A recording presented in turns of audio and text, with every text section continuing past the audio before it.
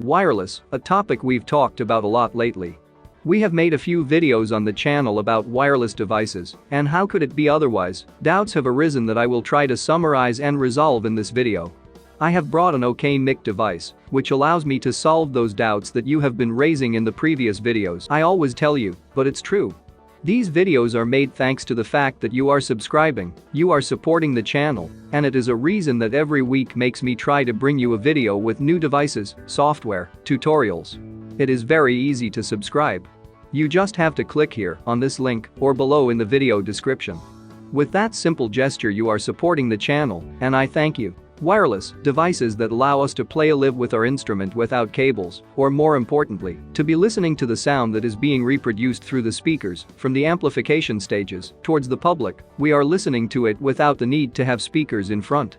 Those stage monitors that are sometimes a bit uncomfortable because each of the members of the band should have theirs adjusted to their needs, and if you move a little from that area of the stage, you try to go to the other area where it is your friend and fellow guitarist, the bass player, or you try to play right where the drummer is, you lose your reference and you don't know what you're playing. These wireless ones, the in-ear, are very interesting because they allow you to be listening through headphones connected to this receiver, what you should be hearing through the stage monitors. Advantage? We have said it before. You can regulate the exact volume at which you want to hear your mix. You do not depend on whether the sound technician is raising or lowering the volume. Sometimes it's a deafening volume, sometimes you can't hear it well. You regulate the volume, and that way you are even protecting your ears. You can also, with devices like these OKMIC, have a custom mix. You can basically find the in-ear with two possible configurations. That they broadcast in stereo, or that they broadcast in mono. That is one of the most frequent questions that you have asked me. What difference there are? Well, this OKMIC device allows us to transmit in stereo or in mono. It is configurable. You can choose any of the two options, and that is why I am using it to make this video, because it will allow me to show you all the possibilities. Normally the most economical devices transmit in mono, and higher performance devices like this OKMIC transmit in stereo and are configurable. What are the advantages of using a stereo device like this? The main advantage is that you can hear the mix in stereo. If you are playing in stereo with your band, you can hear the mix in stereo in both ears. The other main advantage is that you can plug in two independent signals, and in the receiver, with this regulator you can decide to hear one of the signals, the other signal, and adjust the volume to your liking. It's like a little mixer for those two signals. We are going to analyze it little by little. Any in-ear consists of two parts. 1. The receiver, which is the one that you are going to wear hanging on your waist or on the guitar strap. And the transmitting device, which is this one here. In this case, you will see that the transmitting device has the possibility of two independent inputs, double format, jack or XLR. And it also has a small jack stereo input. All cables are included in the device. This is the patch type cable with which you will connect your input to the sound source. You also have another cable with which you can link to the sound source. You can connect to the double stereo output of the table, or you can connect to two independent sound sources. In addition, this model specifically has an output from which you can obtain a copy of what is arriving at the OKMIC to link with other devices. It is quite useful when you want to monitor this signal or do something with it before it goes out to the wireless. This stereo socket, of which we also have an adapter included, what is this? It allows you to connect a mobile phone, a music player, or any device that has this type of output.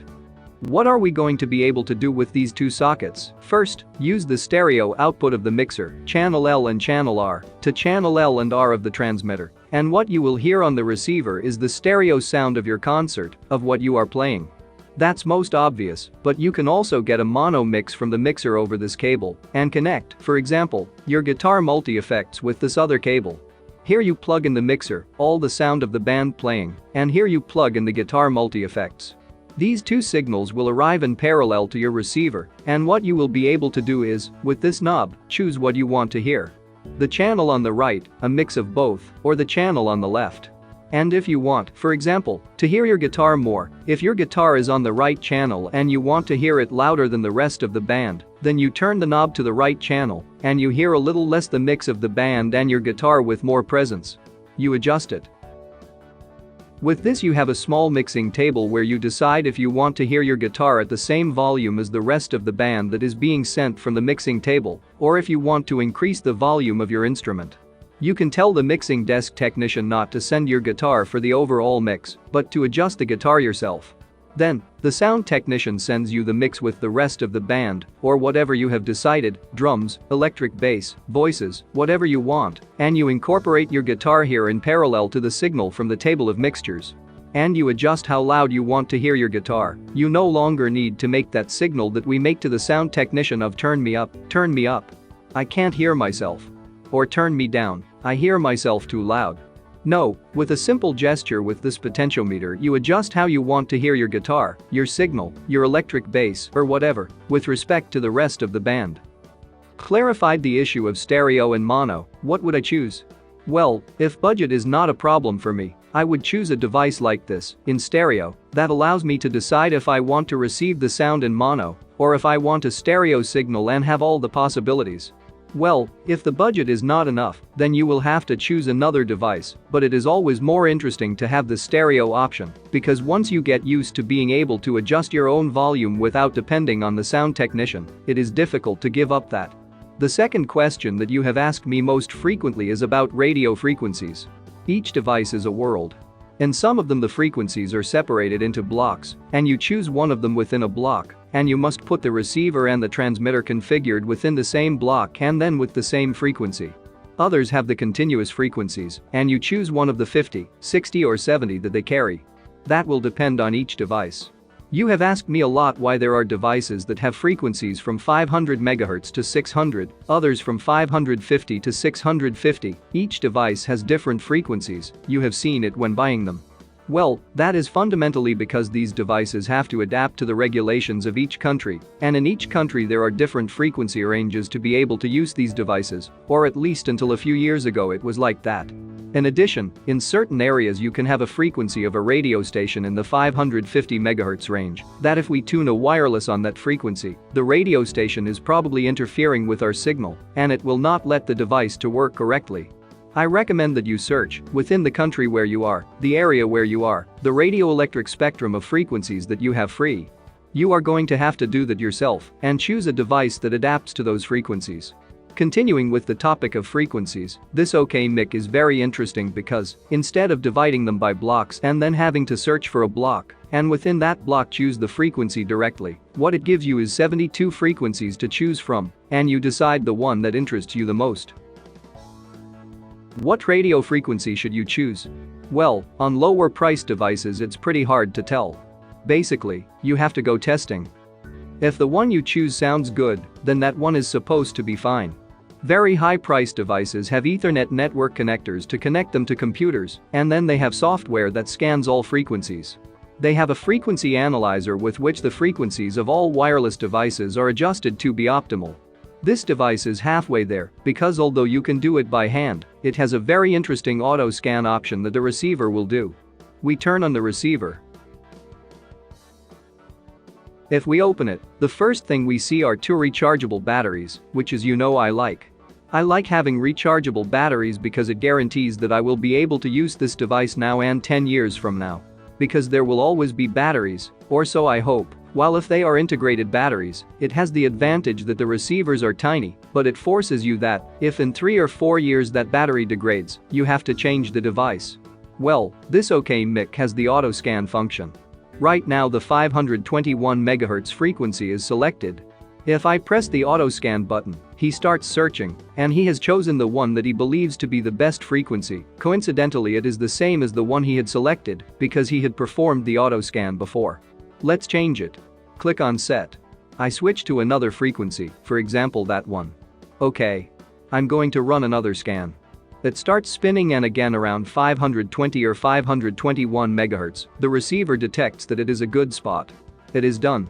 Simply, when you get to a place to play, press the auto scan button, and the receiver takes care of searching for the frequency with less interference. So that you can use it, you would have to adjust that frequency in the transmitter. Pressing the button and turning until you find it. There is another possibility, which I also like a lot, much more comfortable.